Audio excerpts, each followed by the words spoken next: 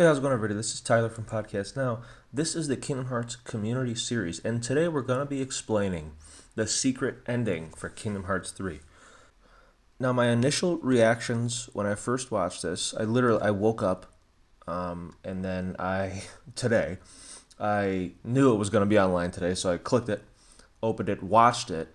At first, I was like, what in the Donald Duck did I just watch? Rewatched it, and then it made more sense after I came to my senses.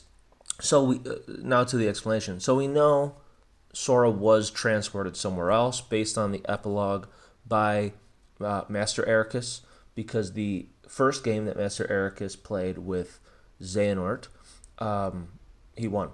So he resets the board, right? And then he puts all new pieces on, and it's the foretellers. And then he takes Sora's chess piece and he goes to place it on the board. And then that's why Sora disappears. So in this secret ending, we see Sora, he's on the ground, it's wet. Then we see Sora, and if you look, I just want to point this out, if you look at Sora's clothes, they look even more realistic now, and they look, it's different. I'll try to get a comparison picture for you guys. On the gray part of his sleeve, there's a stitching line that wasn't there. On the red part of the base of his sleeve, there's way more detail around the zipper. All of it, there's a lot more detail than there is on the regular CG cutscenes. So I guess what I'm saying is this is more of a realistic looking Sora. Hair, face, everything, that looks pretty similar. But yeah, the clothes are a little bit different. And then we see Riku. And again, and his clothes are more realistic. Especially, you can really see it on the yellow part of his sleeve. Because in the regular CG stuff, like the regular ending of Kingdom Hearts 3, it's just a yellow kind of band on his sleeve. Here, I mean, it's totally different. It has the edges and everything. So they're in a more realistic world. That's the first thing I noticed.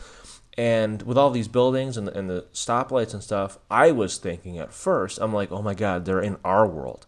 But that is not the case. I'll explain where they are in just a second. But so Riku is here too. So we can assume that means that right after Sora disappears, Riku also disappears. Because they're just transported to another world. Now, I don't know if this is just a way of, like Nomura showing off like what the next in Kingdom Hearts 4, which I mean it's totally obvious there's gonna be a Kingdom Hearts 4. It has to do with the Master Masters, has to do with the foretellers, has to do with the black box, Maleficent, Pete, they'll be in it, and these are more of the worlds that we're going to be getting, and well, you'll see in about 1 second. So Sora's looking around. He sees all these cars. So that's why I thought it was the real world. It isn't.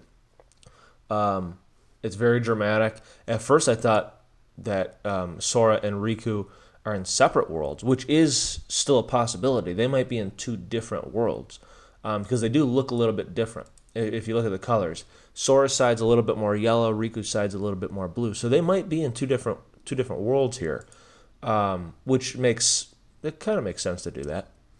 And so then we see the 104 on a building where Sora is. So Sora is in the world from The World Ends With You, a Square Enix game. Okay, so it's The World Ends With You that Sora's in. And then we switch to Riku. Now where Riku is, well, it's not the real world, but he's looking up, and it goes up, Sora looks up too, but so Sora's in The World Ends With You, Riku's looking up, there's a building. Then it goes to black, and then Riku is just walking, and he looks up at that same building, right? And then the camera kind of goes up, and you see a figure sitting. And then what we learn is that figure is Varium Rex, who looks he literally looks exactly like Riku, just a way more, almost Final Fantasy version of Riku, okay? So, and in the Toy Story world, the whole time Rex the dinosaur kept calling Sora, Yozora! But really, Sora wasn't Yozora. It was really Riku that was Yozora. and it was it was basically, it was a Square Enix game, because if you look in that toy box, in that video game store, you'll see in the back of the store there's a bunch of Final Fantasy characters. A lot of the enemies, it literally says Final Fantasy by Square Enix. Varium Rex is by Square Enix. So literally, there's video games. Obviously, we know in the real world that Kingdom Hearts is a video game, but they don't, right? It's real for them. So in this world, there's video games by Square Enix.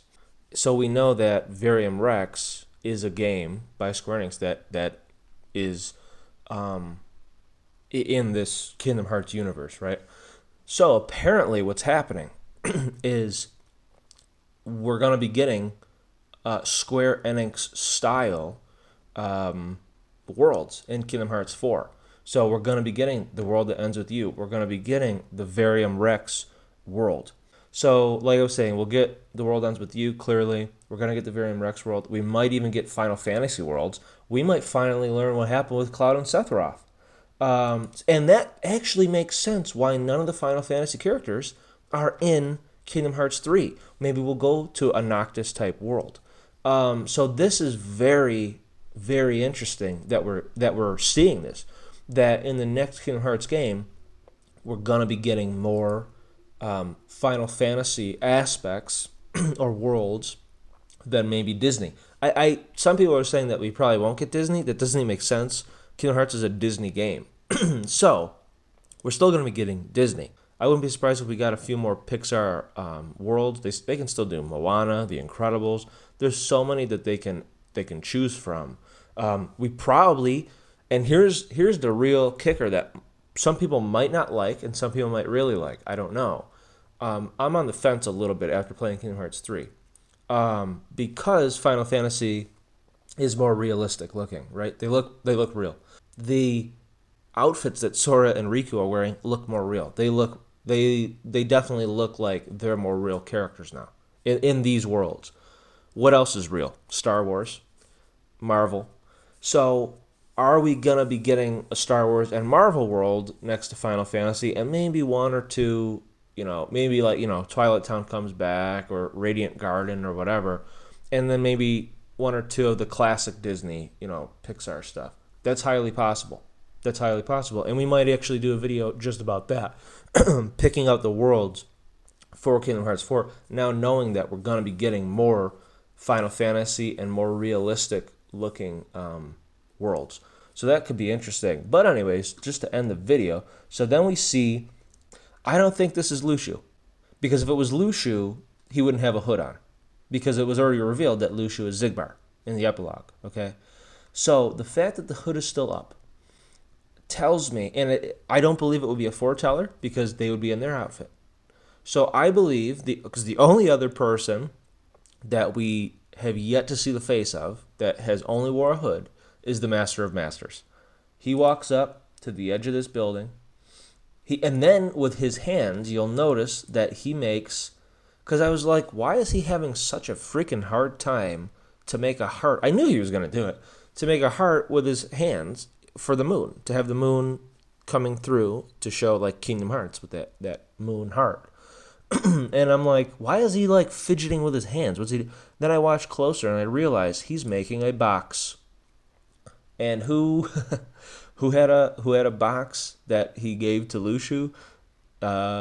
Master of Masters. So I would say this is 100% the Master of Masters. He's forming a box in the moon before forming with his hands a heart to show Kingdom Hearts. And it then ends with Reconnect Kingdom Hearts, which it always does that right before a whole new game. So that's the end of this video. Hopefully it made some sense. I showed you guys the comparisons for some of the world just to show you different things, why I'm coming up with some of these conclusions. But yeah, I hope you guys enjoyed the video. Like this video, subscribe to more Kingdom Hearts videos. We're going to be doing one every single week. It also gives you a chance to win the Kingdom Hearts 3, a free copy of the game. Go check that video out to see the rules. It's relatively easy. But yeah, I'll see you guys in the next one.